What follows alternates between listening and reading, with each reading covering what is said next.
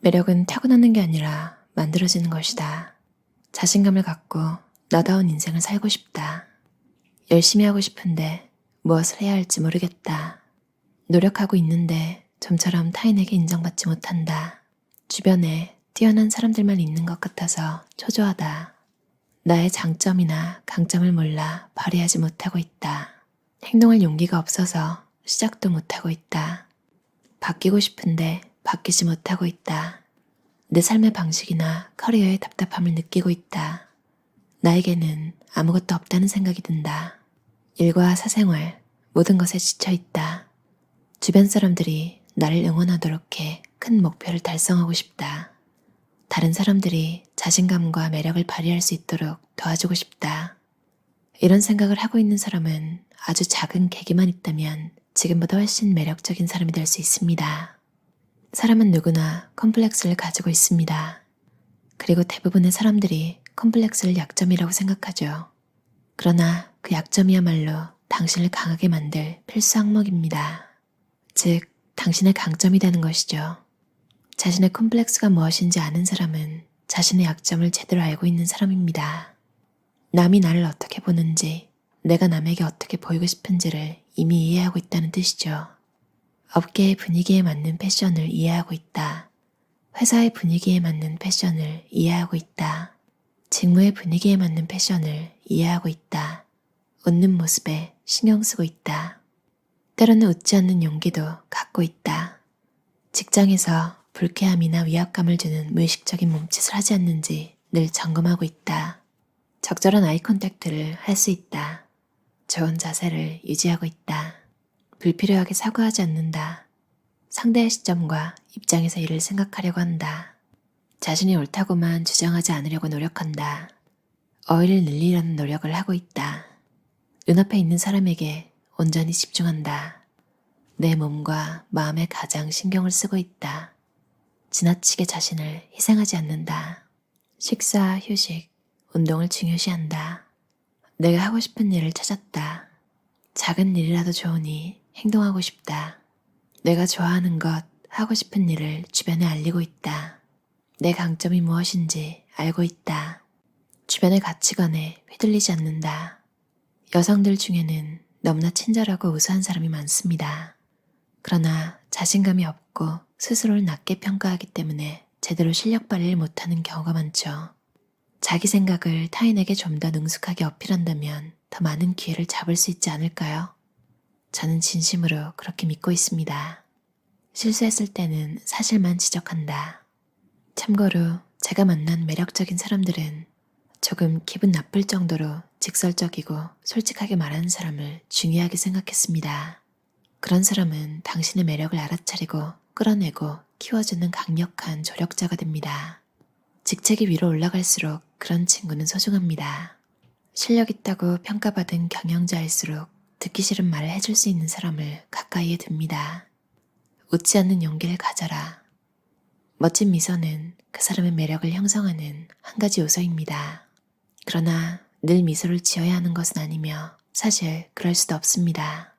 그렇다고 해서 싫은 일을 당하거나 불만이 있을 때도 늘 미소를 지어야 할까요? 그게 과연 매력적으로 보일까요? 런던을 중심으로 전 세계의 여성 경영자와 리더에게 자신감 있는 행동을 가르치고 있는 한 여성 컨설턴트는 이렇게 말했습니다. 여성은 평소에 지나치게 미소를 짓고 있어요. 그것도 어울리지 않는 상황에서 말이죠. 항상 생각거리고 싫은 일이 있어도 부당한 취급을 당해도 무심코 웃으며 사과합니다. 그러면 상대방은 당신이 저자세를 취했다고 생각해요. 물론 미소도 중요하죠. 그렇지만 적절치 않은 상황에서는 미소를 자제하는 게 더욱 자신감 넘치고 매력적으로 보입니다. 동서양의 문화를 비교한 결과 동양 여성보다 서양 여성이 자기 의견을 가지고 자신있게 행동하는 경향이 있다고 밝혀졌습니다. 그런 서양에도 금세 자신감 없는 것처럼 소극적이 되거나 왠지 모르게 실없이 웃어버리는 여성이 여전히 많다고 하는데 하물며 동양은 어떨까요? 평소 여성의 자신감 있는 행동에 대해 연구한 그녀는 항상 미소를 띠며 부드러운 사람은 특히 부하나 후배가 있는 자리에는 어울리지 않는다고 강조합니다. 단호한 표정과 온화한 미소를 적절하게 사용할 수 있는 사람이 상대에게 강한 인상을 주고 신뢰를 얻기 때문이죠. 일단 웃자. 웃으면 갈등을 피할 수 있고 인간관계도 원만해질 거야. 이런 생각으로 기분이 안 좋을 때에도 늘 미소를 짓는다면 마음이 지칠 뿐 아니라 신뢰할 수 없는 사람으로 보입니다. 항상 미소를 짓는다고 해서 반드시 매력적으로 보이는 것은 아니죠. 특히 비즈니스를 할 때는 이 사실을 꼭 염두에 두어야 합니다. 제가 하는 코칭 수업이나 세미나에 참가하는 여성들은 언제나 멋진 미소를 띠고 있습니다. 그런데 속내를 파고 들어가 보면 다음과 같은 고민을 안고 있는 경우가 있습니다. 저는 스스로를 소중히 생각할 수가 없어요. 왠지 모르겠는데 항상 사람들한테 무시를 당해요. 그들에게는 대체로 부당한 취급을 받아도 항상 웃는 습관이 있더군요. 기분 나쁜 일이 있다고 늘 얼굴을 찌푸리고 있는 것은 사회인으로서의 매너가 아닙니다. 그렇다고 중요한 상황에서 실없이 웃거나 부당한 취급을 받아도 계속 태연한 척하면 자존감마저 떨어지고 맙니다. 너무 티나게 싫은 얼굴을 할 필요도 없지만 항상 웃을 필요도 없습니다. 단호하고 성실한 표정이면 충분합니다. 다시 말해, 때로는 웃지 않는 용기를 가져야 합니다. 자신의 경험을 덧붙이지 않는다. 맞장구도 몸짓의 일부입니다. 우리가 무의식적으로 하는 행동 중 하나가 상대방에게 맞장구를 칠 때 말을 끊고 자신의 경험부터 이야기하는 것입니다. 이것은 나는 우월한 존재이다. 무능하게 보이고 싶지 않다는 무의식적인 컴플렉스를 나타내는 행동이죠. 예를 들어 얼마 전에 할머니가 돌아가셔서 슬퍼하는 후배가 있다고 합시다. 이때 후배의 말을 끝까지 듣지 않고 중간에 끊으면서 우리 할머니도 10년 전에 돌아가셨는데 일주일이나 슬프더라고. 처럼 자신의 말을 덧붙이거나 자신의 경험과 동일시하는 것은 삼가야 할 행동입니다. 설령 친척의 죽음이라 해도 상대방과 자신의 경험, 슬픔은 별개입니다. 이 경우에는 자신의 이야기를 하면서 공감을 표현하는 게 아니라 상대방의 말을 잘 들어주는 것이 중요합니다. 무의식적으로 어떻게든 자신의 경험을 덧붙이고 싶어 하는 사람은 각별한 주의가 필요합니다. 대부분의 경우 본인은 깨닫지 못하고 타인도 지적하기 어려운 점입니다. 잘 들어주기만 해도 인간관계가 좋아집니다. 따라서 다른 사람의 이야기를 들을 때 자신이 무의식적으로 취하는 태도에 주의를 기울여야 합니다. 집중력을 높여주는 명상법. 가볍게 눈을 감고 편안하게 앉습니다. 의자나 바닥, 지하철 안 등 어디든 상관없습니다. 의식을 콧구멍으로 가져갑니다. 콧구멍에서 공기가 나오고 들어가는 것에만 집중합니다. 공기의 온도, 색이, 콧 속 점막의 감촉 등에만 집중해주세요. 머릿속에 잡념이 떠올라도 그것에 사로잡히지 말고 마치 구름처럼 잡념이 자신의 머리 위를 둥둥 떠서 지나가는 상상을 해보세요.